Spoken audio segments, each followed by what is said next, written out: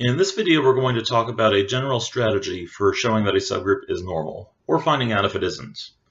All right, so let's suppose that we have a group G, so let G be a group.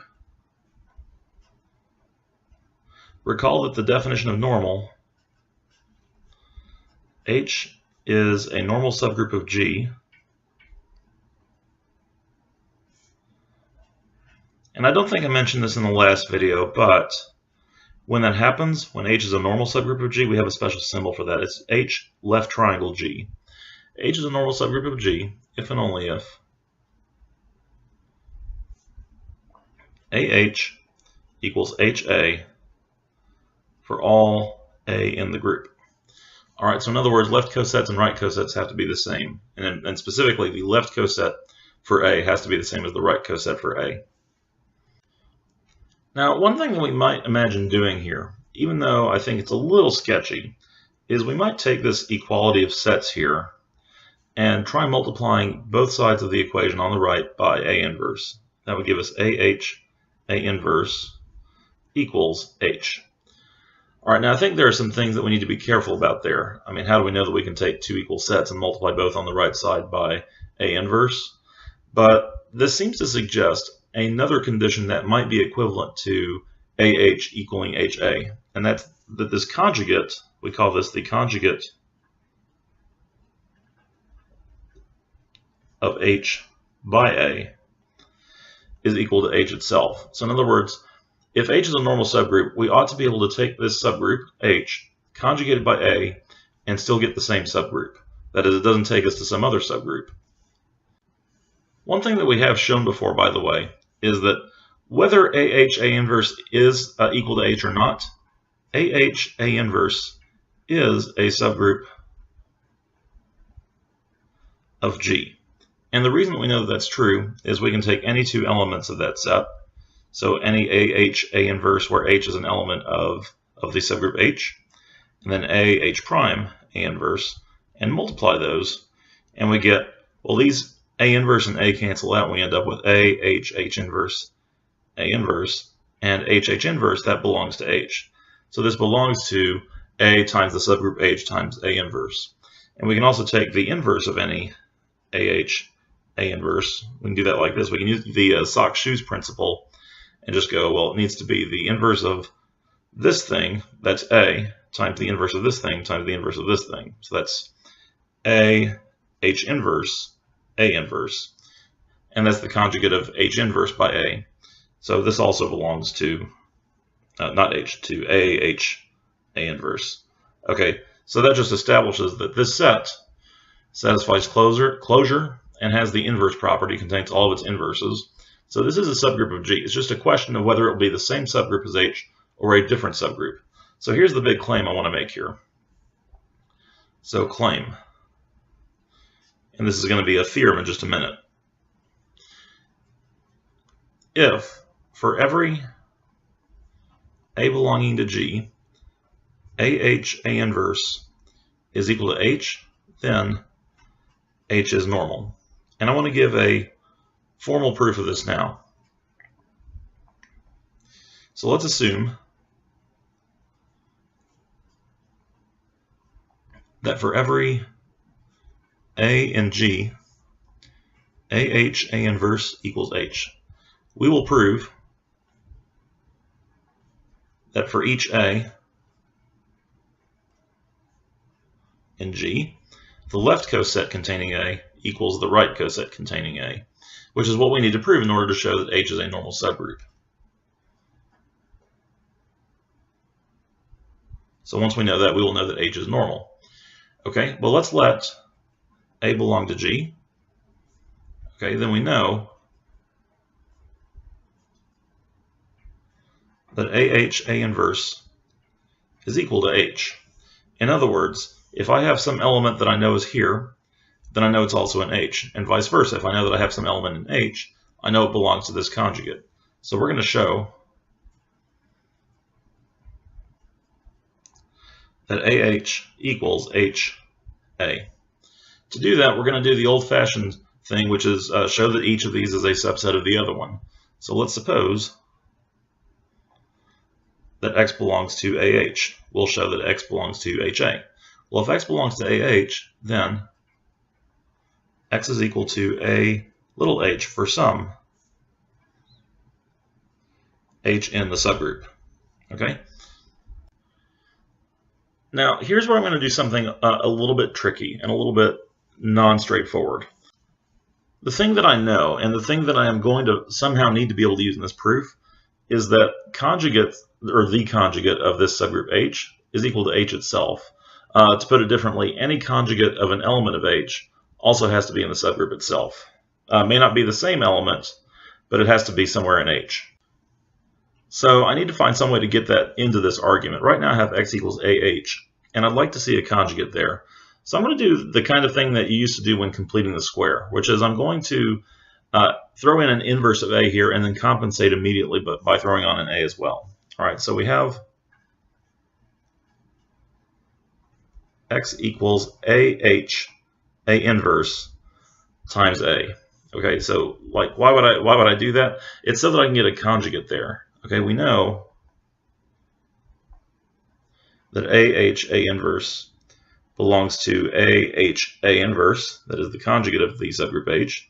So it also belongs to H because I assumed that those sets were equal. But then look at this. So x is equal to AH, A inverse times A. This is an element of H. So that means this whole thing is an element of the right coset containing A. Okay, so I've now shown that if x belongs to AH, this coset, the left coset, then x also belongs to the right coset, HA. So because x was arbitrary, since that was arbitrary, we know that AH is a subset of HA. Okay, now we need to show it's a subset the other way. That is, if x belongs to HA, then it's also in AH. The approach is going to be similar. So now suppose x belongs to HA. Then we know x equals little HA for some little h in the subgroup. Okay, so now how am I going to approach this? How am I going to get this to a point where I have a conjugate? This is a little bit trickier because now I don't even have an A inverse on the right of H, I have an A. So the strategy I'm going to use here is I'm going to make this, or I'm going to have this expression include the conjugate of H by A inverse. That is, I'm going to put an A inverse here and then an A to compensate. So I can certainly say that because I can stick an identity in there without having to apologize for it. So x is equal to that, and A inverse HA, this belongs to A inverse HA, that is the conjugate of the subgroup H by A inverse. Now this is where things are tricky because you might think, well, hey, wait a minute, you didn't assume that A inverse HA is the same as H. You assumed that AHA inverse is H. But my assumption here was to assume that for every element of the group, the conjugate of the subgroup H was the same. There we go. That's good for any element A of G, not just A. It's also true for A inverse. So that means that A inverse H, A inverse inverse, or A, is equal to H. So that means that what I have here now, this is equal to H. Sorry, let me switch colors again. Okay, so that means x is equal to A inverse HA, and this whole thing belongs to H. Because again, belonging to a conjugate of H means that you're in H. That's what we assumed. So x belongs to, what is this? This belongs to AH, the left coset.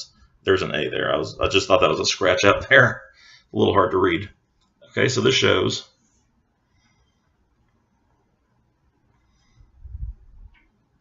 so we now know that HA is a subset of AH. Therefore, AH equals HA. So that's excellent. Now we know, let's just zoom out here. Now we know that if we have this weird property, which seems like not an intuitive thing to wonder about. Let's get everything in frame here. There we go. If we have this property that any conjugate of the subgroup H is really just the subgroup H, not just some other subgroup, but exactly this group. If we have that property, now we know that H is a normal subgroup because this implies that left cosets have to equal right cosets. Okay, but one more thing before we stop this video.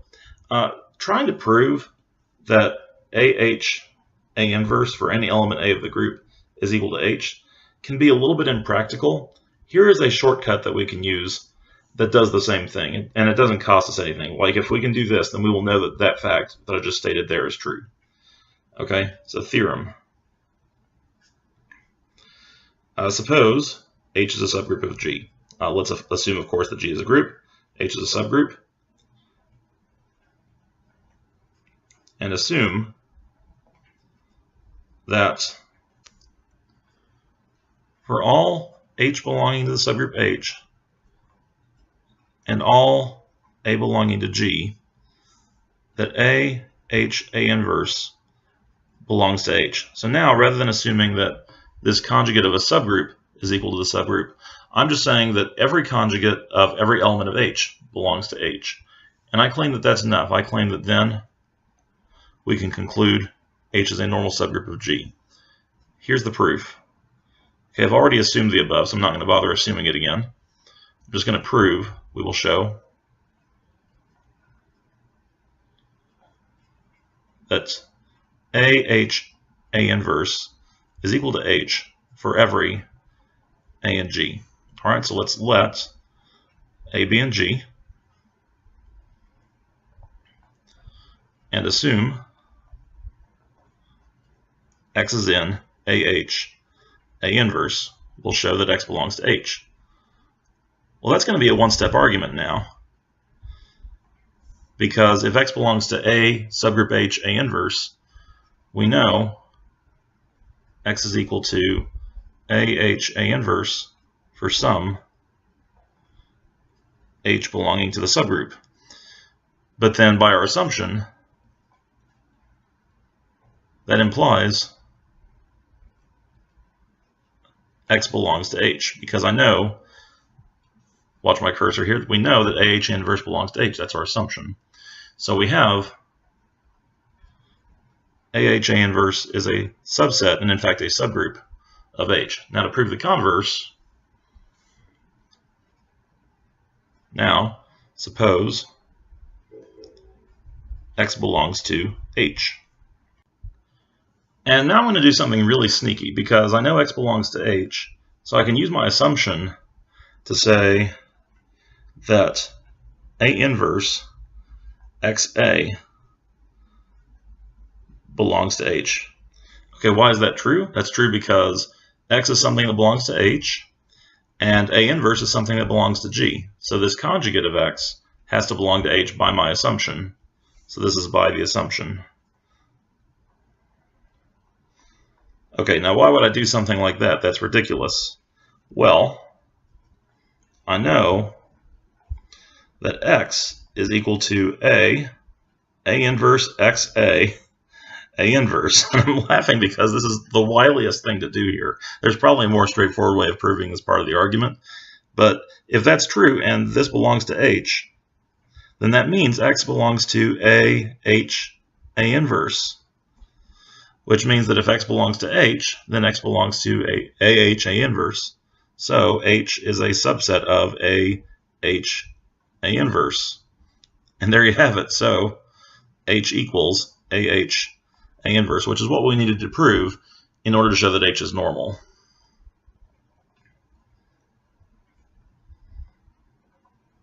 Because I did this for any element A. Any element A of the group. This shows that my subgroup is equal to a conjugate of itself. All right, so now we know that to show that a subgroup is normal, all we need to show is that every conjugate of an element of H, the subgroup, any conjugate of that with any element of the group has to belong to the subgroup. If that's true, then we know our subgroup is normal, and as we're about to find out, there is something pretty darned exciting we can do with it.